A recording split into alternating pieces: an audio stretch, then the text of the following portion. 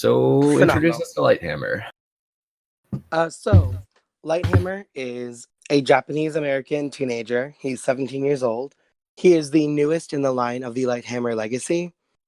The Lighthammer Legacy died at the end of the Bronze Era when they had like a gritty reboot called Greyhammer. Greyhammer was the newest Lighthammer, and he got like all like dark and tragic. And at the very end of the Lighthammer story, Greyhammer is killed. His stuff was then put into a museum, and eventually my character Nick, the newest Lighthammer, acquires those things.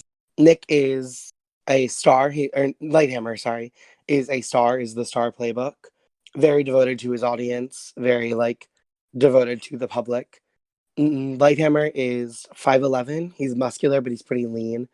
Japanese American. He's got dark brown hair that's almost black. It swoops from one side of his face to the other, and it always is perfect, even when he's not trying or like he just took his helmet off.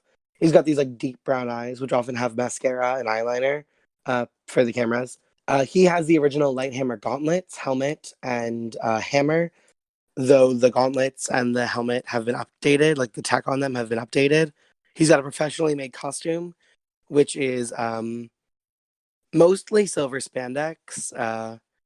It's a silver spandex top with like a really, really, really deep V, like a V that goes into the crotch of his pants to show off all of his muscles. And then he's got like a mechanized belt on, mainly just for looks. It's if there's anything involved in it, it's minor in terms of tech. He's got like mechanized boots, which help him be a little bit faster. He doesn't have like exceptional speed, but they're slightly faster. He's got armored shoulders in a gold and teal. Gold and teal was the original color of the original Lighthammers. So he took that motif. He added some silver into it. He's got a really long silver cape on with gold trim. Then he has the gauntlets and the helmet. And of course, the gold and teal hammer itself, the Lighthammer.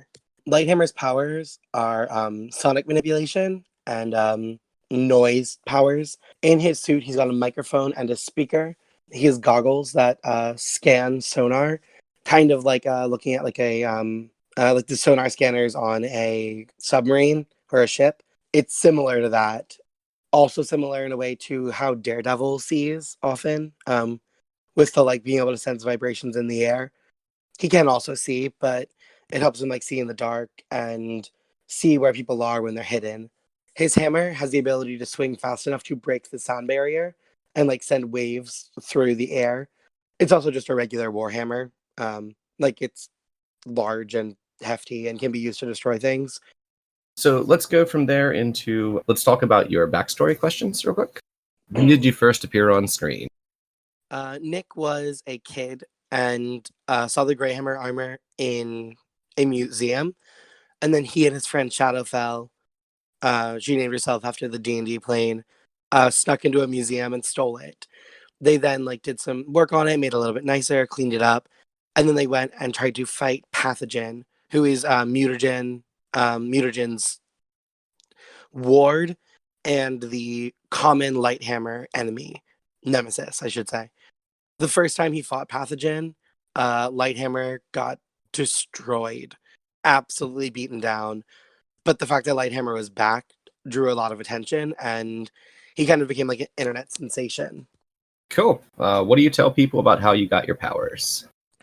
I say, I was chosen to take on the mantle of Lighthammer and bestowed with the gauntlets, the hammer, and the helmet. The rest I earned for myself. I like that that's just all lies. I love it. Yep, everything I said is a lie. Who outside of the team supports your burgeoning star in every way possible? Mike Donnelly is my PR agent. He saw my first fight and invested a lot of money into my career, including like upping the tech in the suit, getting someone to make a new suit for me. The tech in the helmets and the gauntlets, getting someone to make a new suit for me. And also like very much like got me a lot of opportunities and a lot of public appearances, PR things. There's also definitely implication that he might like pay off villains to come and fight me. Like there may be some sort of thing happening there as well. Okay, excellent. Who outside of the team loathes what you represent? So Shadowfell, who was my former best friend and was in the orphanage with me, is a mutant who has shadow powers. She can like basically shadow step. She's the one who helped me get the Lighthammer gauntlets, helmet, and hammer, and also helped me like get ready for the first fight. She loathes that I've become devoted to the spotlight and less so devoted to the cause of making the world a better place, which is what I wanted to do when I started. Awesome. I'm gonna skip the last question because you're not really a part of a team. I have an answer for it, but yeah. If you want to, go ahead. So I care about the team because usually I'm a solo artist, but Ryder Typhon is the next generation of the Ryder line, and we've teamed up a bunch of times, like a Lighthammer and a Ryder. So I and Mike think that this team up is going to be really good for my image, and I also find Ryder pretty attractive. Excellent. Okay, let's go over your moves. Which ones did you pick? I picked stage fighting. So when I directly engage a threat with an audience watching, mark a condition to roll plus superior instead of danger. And then I picked time for the show. When I put on a flamboyant display of my powers, roll plus superior. On a 7 to 9, name 1 NPC present. On a 10 plus, name 2 NPCs present. The named NPCs must either volunteer help or information, express admiration, or ask for my help, GM's choice. On a miss, your display catches someone watching in the wrong way. Okay, and let's talk about your audience. They love me because I'm just like them. I'm stunning, unique, and beautiful, and I'm charming, well-spoken, and smart. My just like them, I'm never not Lighthammer. Like, I go to the grocery store in the Lighthammer suit, just without the helmet. I rent movies as Lighthammer. Lighthammer is me. Lighthammer is basically taken over, and like, I bought an apartment in Lighthammer's name, not as Nick. So everyone's like, oh my god, he's so down to earth. He's so like normal. Look at him. He goes grocery shopping. And then I'm stunning, unique, and beautiful, which is just true. And charming, well-spoken, and smart. And your 2 advantages? I earn a lot of money from their interest in me, and I have a PR agent to handle them. All right, and Mike Donnelly's your PR agent, right? Yes, he is. Cool. And 2 demands your audience makes on you? They require frequent bouts of drama and constant stimulation. Okay. Anything else you want to add? So my the helmet has kind of constant like Wi-Fi, and like whenever I'm wearing the helmet, almost all the time that I'm wearing the helmet is live streaming. I can turn it off, but I very rarely do. And yeah, I've had one serious relationship with a regular human named Charlie. Charlie was a student at Moon Harbor High. I saved him one time.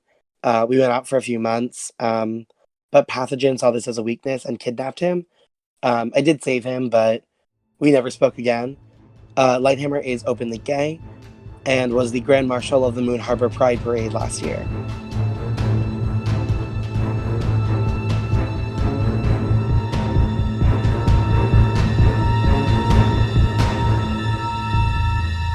Moon Harbor Heroes is produced by Anthony Sheets and TP Huth, and edited by Anthony Sheets.